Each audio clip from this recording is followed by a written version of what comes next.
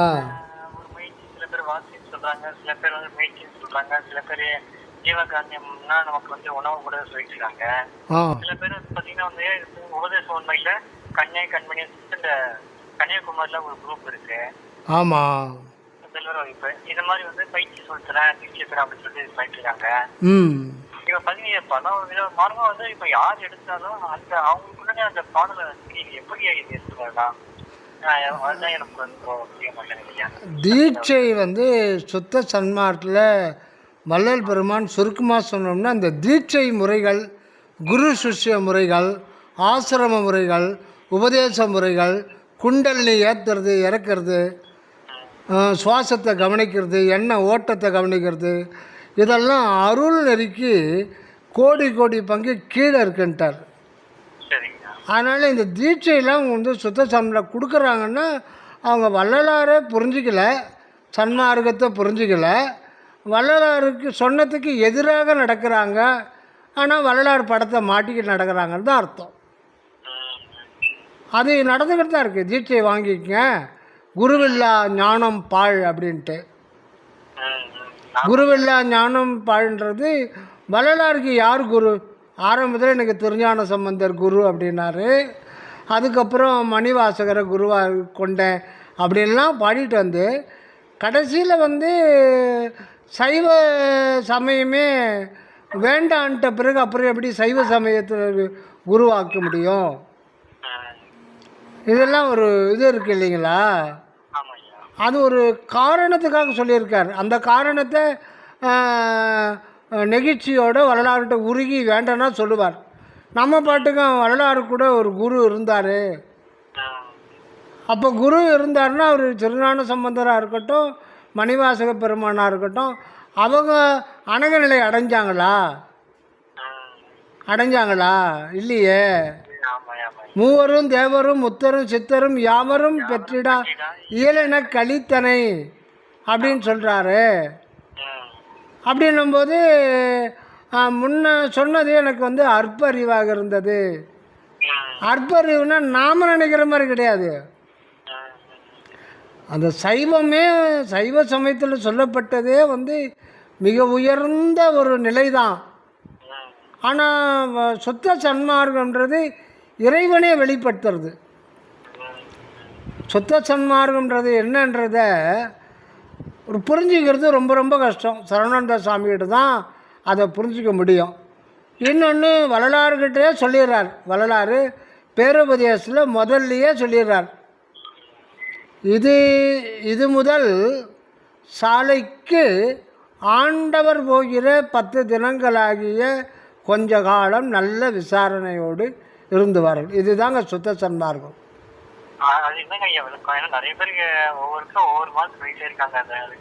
அப்போது அந்த காலத்தில் வந்து வள்ளல் பெருமான் சித்தி வளாகத்திலேருந்து பேசுகிறாரு. வள்ளலார் நிறுவனது சுத்த சன்மார்க்கம். அதுக்கு தனி கட்டடம் ஒன்றும் கிடையாது. சாலை நிறுவனார். அங்கேயே தான் சுத்த சன்மார்க்க படிப்பும் சொல்லிகிட்டு இருந்தார். வெளியில் வந்து மரத்துக்கு தினசரி நடக்கும்.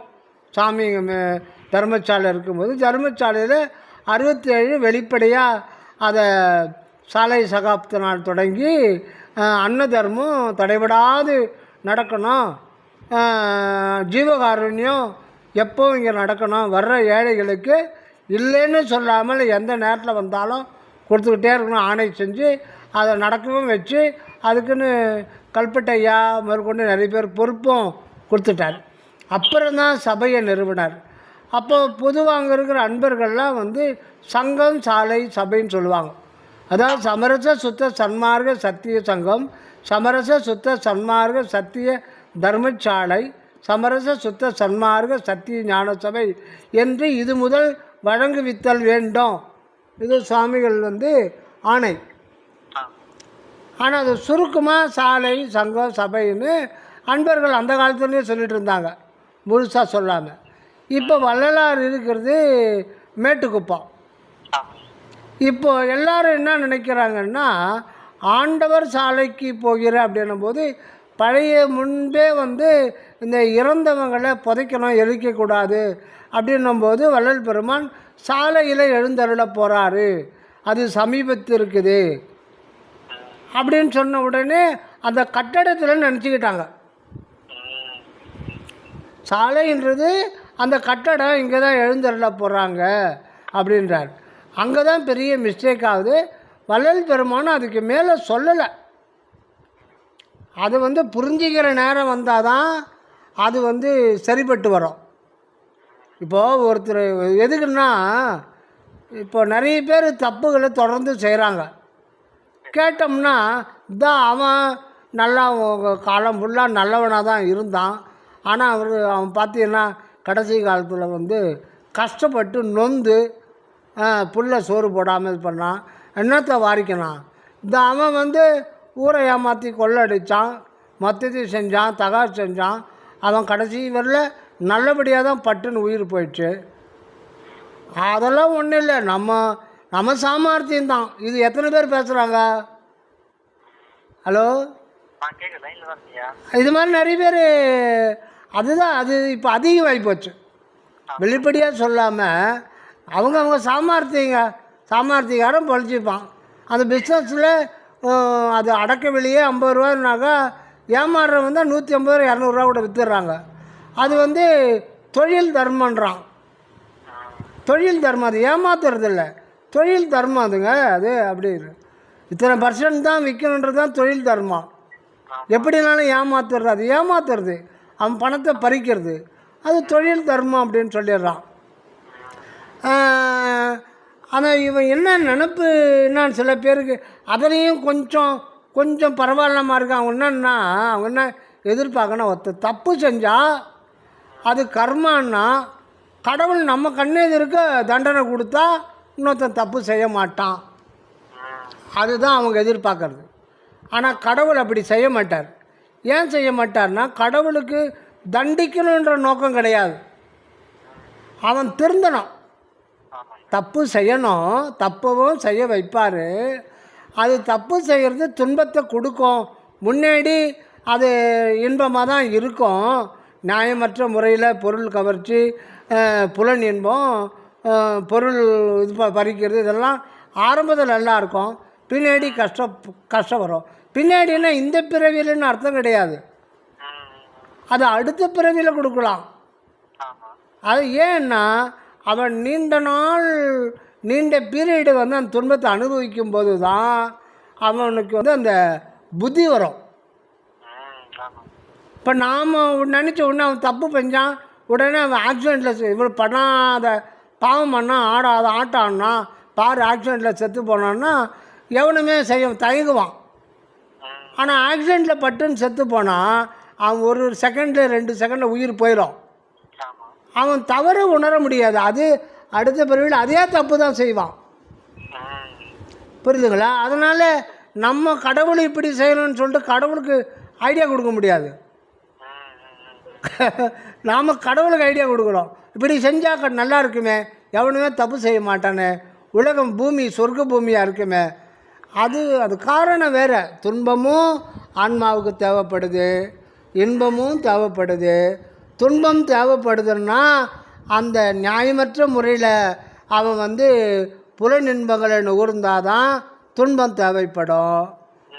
அப்போ என்ன பண்ணும், ஜீவனில் தமோ குணத்தையும் ரசோ குணத்தையும் வெளிப்படுத்தினாதான் அவன் அந்த மாதிரி இப்போ தப்பு பண்ணுவான். எல்லாமே காரணம் ஆன்மா ஒரு பாவம் அறியாது.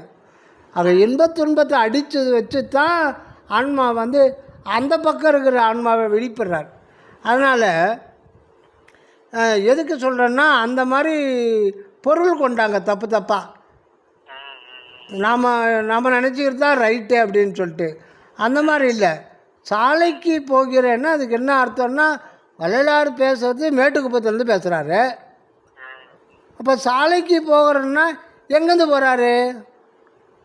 மொத்தம் 3 இருக்குது. ஒன்று சித்தி வழக்கத்தை விட்டுடுங்க, சங்கம் சாலை சபை.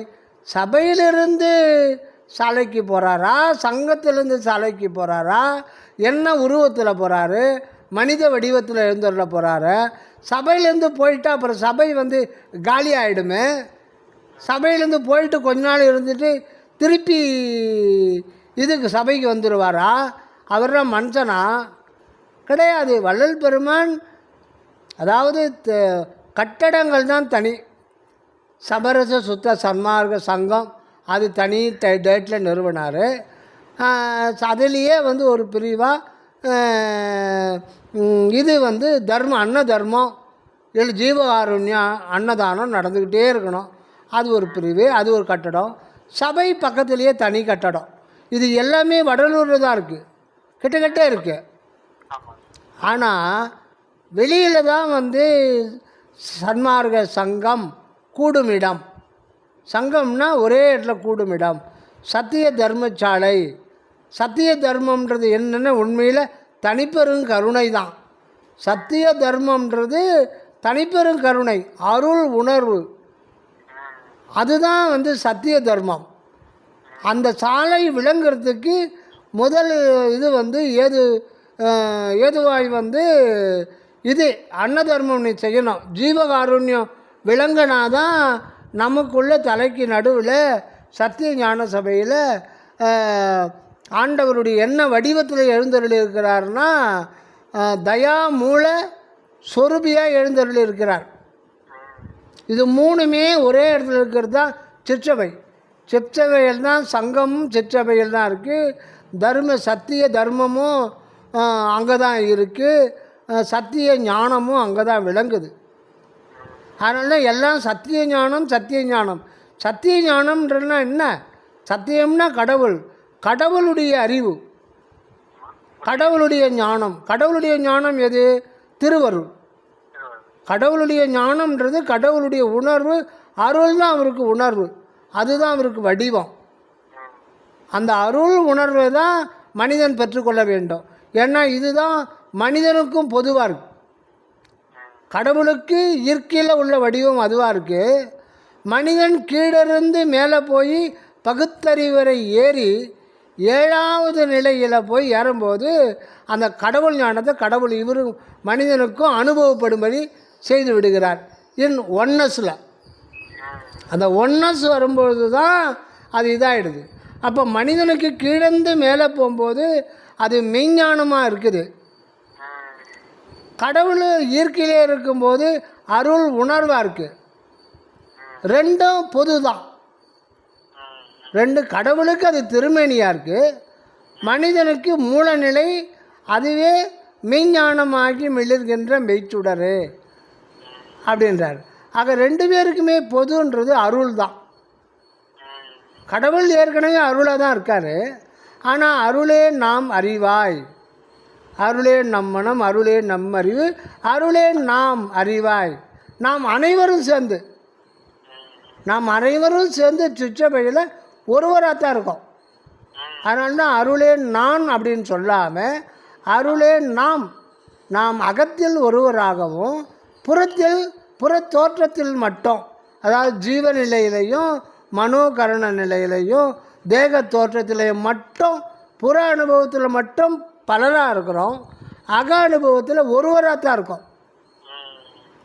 அதுதான் நீதியிலே சன்மார்க்க நிலைதனிலே நிறுத்தமிடும் ஒருத்தர் அவர்தாமே வீதியிலே அருளாடல் புரிகின்ற தருணம். வீதி அப்படின்னாலும் தெரு அப்படின்னாலும் தெருவிலங்கு திருத்தில்லைன்னு சொல்கிறார் இல்லைங்களா? தெருவிலங்கு அந்த தெருன்றனாலும் ஸ்ட்ரீட்டுன்னாலும் பாதைன்னாலும் சாலைன்னாலும் மார்க்கம் அப்படின்னாலும் ஒரே பொருள் தான். அதுதான் வழின்னு பேர். நானே வழியும் சத்தியமும் ஜீவனுமாய் இருக்கிறேன்.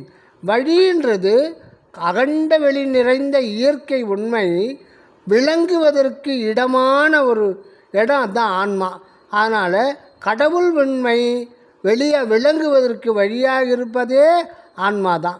ஆக ஆன்மா தான் சாலையாக, கடவுளுக்கு சாலையாக இருக்கிறது, மார்க்கமாக இருக்கிறது, வழியாக இருக்கிறது, தெருவாக இருக்கிறது, எல்லாமே அதுதான் அருளாகவும் இருக்குது.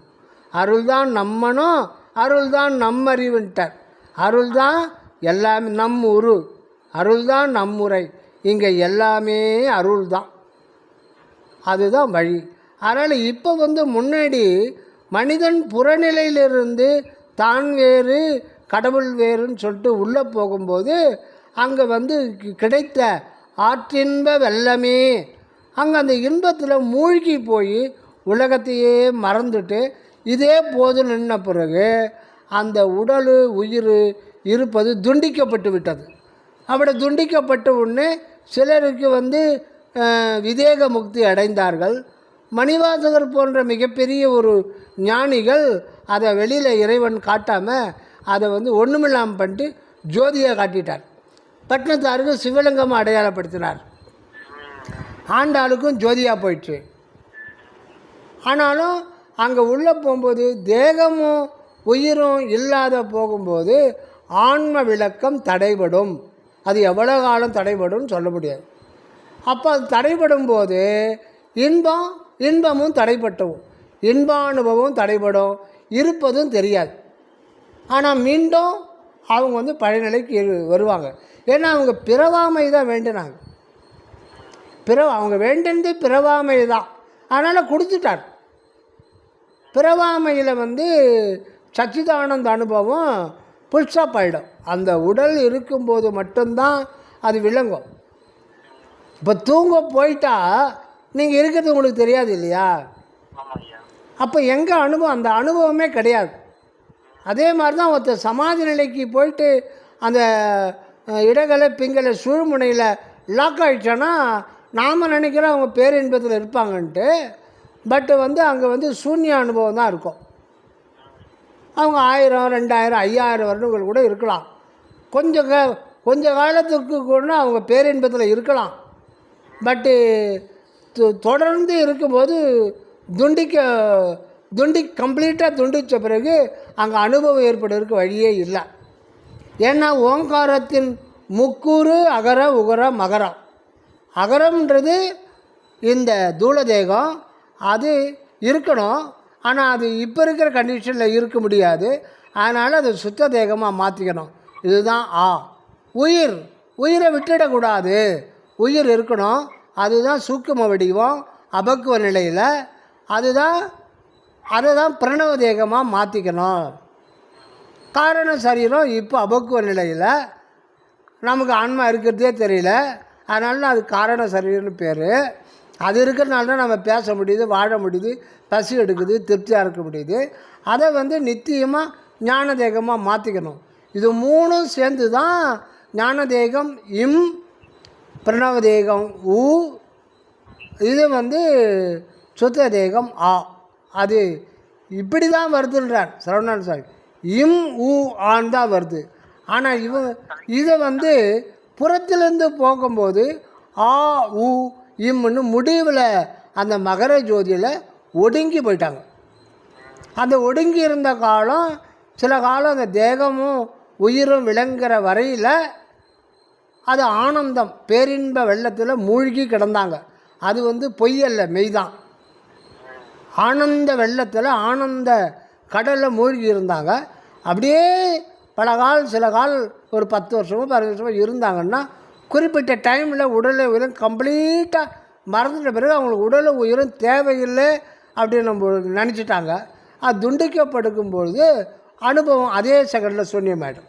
இதுதான் சுத்த சன்மார்க்கில் இருக்கிற சீக்ரெட். அதனால தான் அந்த இம்முன்னு போகாமல் உள்ளிருந்தே வரணும். அப்போது எப்படின்னா இறைவனே உள்ளிருந்து வெளிப்படணும். அப்படி தான் வெளிப்பட்டு கொண்டு இருக்கிறது. அப்படி தான் நம்ம இருக்கிறேன்ற உணர்வு எங்கேருந்து வருது? அந்த சத்து நிலையிலும் தான் வருது. நமக்கு ஆற்றல்லாம் உள்ளுந்து தான் கிடைக்குது. அதனால் மனிதன் முதலில் கடவுள் வேறு நான் வேறு என்று எண்ணியது தவறு. இரண்டாவது நான் சென்று அவரை அடைய வேண்டும் என்று எண்ணியது தவறு. 3 கடவுள் ஐக்கியம் தேவை என்றது கருதியது தவறு. அதனால் ஐக்கியம் என்பது செயற்கையாக அல்ல, இயற்கையிலே நாம் ஐக்கியப்பட்டிருக்கிறோம், இயற்கையிலே முத்தி நிலையில்தான் இருக்கிறோம் அப்படின்றது உண்மையை முதல்ல இறைவன் வரலாறுக்கு சொல்கிறார். முத்தி என்பது நிலை 300 சாதனம் அத்தகவென்ற என் அற்பெருஞ்சோதி கடவுள் சொல்கிறார். வரலாறு சொல்கிறார். கடவுள் தனக்கு சொன்னதை அவர் சொல்கிறார். முத்தி என்பது நிலை 300 சாதனம். நிலைன்னு என்ன? கடவுள் நிலை. நிலையினாலே அது கடவுளை தான் குறிக்கும். அதாவது தனக்கு நிகரிங்கில்லாது உயர்ந்த தம்பம் ஒன்றது தாவி போக போக நூலின் தரத்தில் நின்றது. நான் தத்துவங்கள்லாம் கடந்து கடந்து கடந்து கடந்து தான் போகிறேன். தேகம் நானல்ல, மனம் நானல்ல, உயிர் நானல்ல, இந்த தத்துவங்கள்லாம் கடந்து என்னை நுட்பமாக ஆக்கி தற்போதை ஒழிந்து அந்த ஜோதி எங்கும் நிறைந்த அந்த ஜோதி ஸ்தம்பம் எனக்குள்ளே இருக்கிறத கண்டு அதோடு கலந்தெல்லான்னு போகிறேன். எட்டின்னு பிடிக்கிற மாதிரி இருக்குது. திடீர்னு சட்டுன்னு அது எங்கேயோ 15 கோடி கிலோமீட்டருக்கு அப்பால் போயிடுது.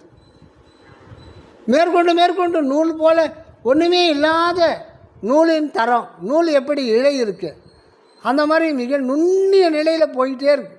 நோக்கரிய நோக்கே நுணுக்கரிய நுண்ணுணர்வு. அப்போ நான் திகைத்து நிற்கிறேன்.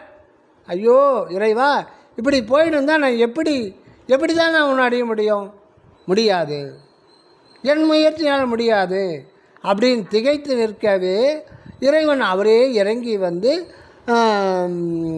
அதாவது நூலின் தரத்தில் நின்றதே தாவி போக போக நூலின் நிலத்தில் நின்றதே கணக்க திகைப்புற்று அங்கே நானும் கலங்கவே. கணக்கன்னா அதாவது மிகவும் அதிகப்படியாக 100% நான் கணக்க திகைச்சு போய் நிற்கிறேன்.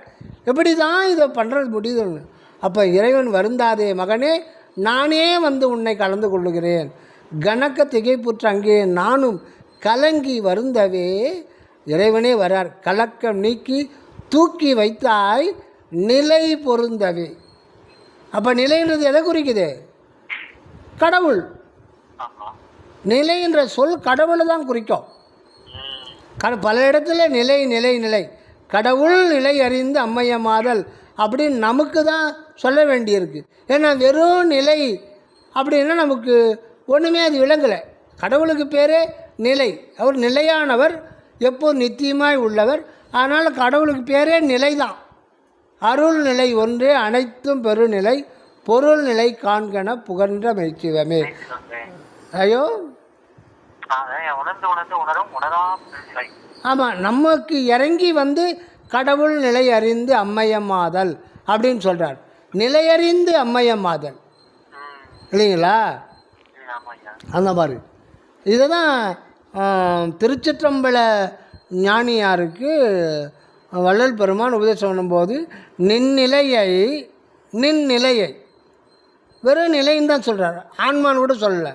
நின்னிலையை என் அருளால் நீ உணர்ந்து நின்றடங்கில் இந்நிலையே அந்நிலையை எய்துதியான் முன்னிலையில் நிற்குருவின் நாட்டாதே என்றுரைத்தான் ஏழகம்பால் சர்க்குருவின் சாமிநாதன்.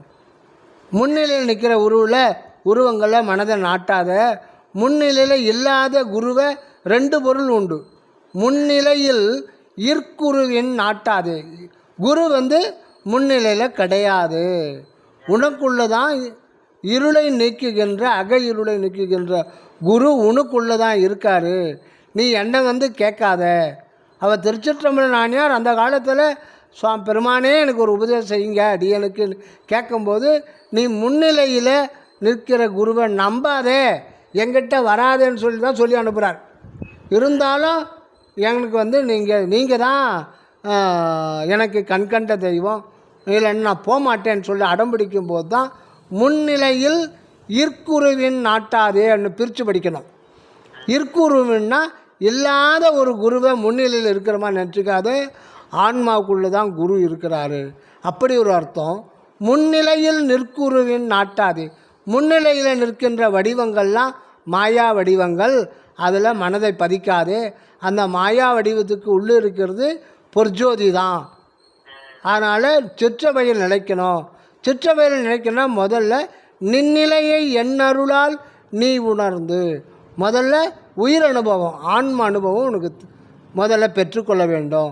ஆன்ம அருளை பெற்றுக்கொண்டால் நின்னிலையை எண்ணருளால் நீ உணர்ந்து நின்று அடங்கு. முதல்ல அந்த இடத்துல அடங்கு. அடங்கில் இந்நிலையே அந்நிலையை. அந்நிலைன்றது என்ன? மட்டும்தான் போகிறார். அதுதான் கடவுள் நிலை, அருள் நிலை. அங்கே அருள் என்றோ கடவுள் என்றோ சொல்ல அந்த நிலை. இந்த நிலையை நீ பிடிச்சிக்கிட்டாலே அந்த நிலை இங்கே அனுபவப்படும். ஆக நிலை என்பது எதை குறிக்குதுன்னா கடவுள் தான் குறிக்குது. இப்போ விஷயத்துக்கு வருவோம். அதாவது முத்தி என்பது நிலை முன்னுறுதல்.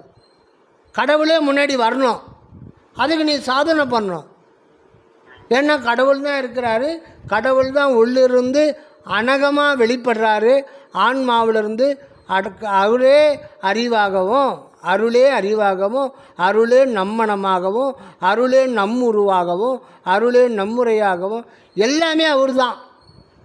இந்த உடல் உறுப்பு இதையும் அவர் தான், அதுக்கு அப்பால் அது அல்லாமல் இருக்கிறதும் அவர் தான், அதை இயக்கிறதும் அவர் தான், முழுதும் ஆனான். அப்படி இருக்கும்போது நீ கடவுளுக்கு வேறாக இருப்பது நினைப்பதே தவறு.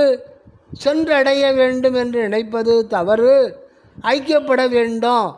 அப்போது முன்பு ஐக்கியமில்லை, அப்புறம் ஐக்கியம் வருதுன்னா திருப்பி அந்த ஐக்கிய நிலை கலையாதுன்னு என்ன கேரண்டி? இவ்வளோ காலம் ஐக்கியம் இல்லாதிருந்து திடீர்னு ஒரு ஐக்கியப்பட்டதுன்னா திருப்பி ஒரு காலம் அந்த ஐக்கிய நிலை கடைஞ்சி போகிறதுக்கு வாய்ப்பு இருக்கு இல்லைங்களா? அதனால் ஐக்கியம் நினைக்கிறது தப்பு. இயற்கையிலேயே ஐக்கியமாக தான் இருக்கும், அத்துவிதமாக தான் இருக்கும். அதுதான் முக்தி. முக்தி என்பது முடிவில் பெறக்கூடியது அல்ல, சுத்த சன்மார்க்கத்தில் முதலிலேயே பெற்றுக்கொள்வது. அது விசார ஞானத்தினாலேயே பெற்றுக்கொள்ள வேண்டும். அதுவும் நமக்கு டைம் கிடையாது. குறுகிய காலத்தில் வேகமாக விசாரித்து செஞ்சு உண்மையில் நான் என்பது இல்லை, இறைவன் தான் எல்லாமா இருக்கிறார், அவரும் தான் உள்ளிருந்து வெளியில் வர்றாரு. அதனால் இம் என்ற மகர ஜோதி உள்ளொளி நிலையிலிருந்தான் ஆண்டவர் என்ற உயிர் உணர்வா, உயிர் ஆற்றலா, உயிர் சக்தியாக வெளிப்பட்டு அவரே தான் என்ற உடலுரு கொண்டு இந்த உலக வாழ்க்கையில் வெளிப்பட்டு விளங்கி கொண்டிருக்கிறார். எது மனுசக்தி நம்மள்தான், எதுவுமே கிடையாது, எல்லாமே இறைவன் என்பதை உணர்ந்து கொண்டு அவர் எல்லாத்துக்கும் அவரே முன்னிலையுறும்படி நீ நின்று நீ பிற்பட்டாயானால் அவர் முற்படுவார். ஏன்னா அவர் தான் முற்பட்டுள்ளார். அதனால் நிலை என்பது முன்னுறு சாதனம். நிலைன்னா கடவுள் முன்னுற வேண்டும். எல்லாத்துக்குமே கடவுள். சாப்பிட்றதும் அவராக இருக்கணும், பேசுகிறதும் அவராக இருக்கணும். அப்படி தான் நடக்குது.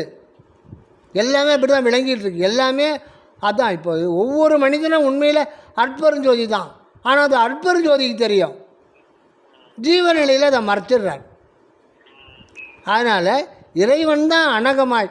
எறும்பு கூட அருட்பெருஞ்சோதியின் அனக வடிவம் தான், நாய் கூட அருட்பெருஞ்சோதியின் அனக வடிவம் தான். இதுதான் உண்மை. அதனால் ஒருத்தர் தான் இருக்கிறார். அதனால் இரண்டு என்பது இல்லவே இல்லை. சிவம் ஒன்றே சிவம் தான் என அறிக அப்படின்னு சொல்லிட்டார். ஆகையினால அந்த பழைய முறைகள் தவறு.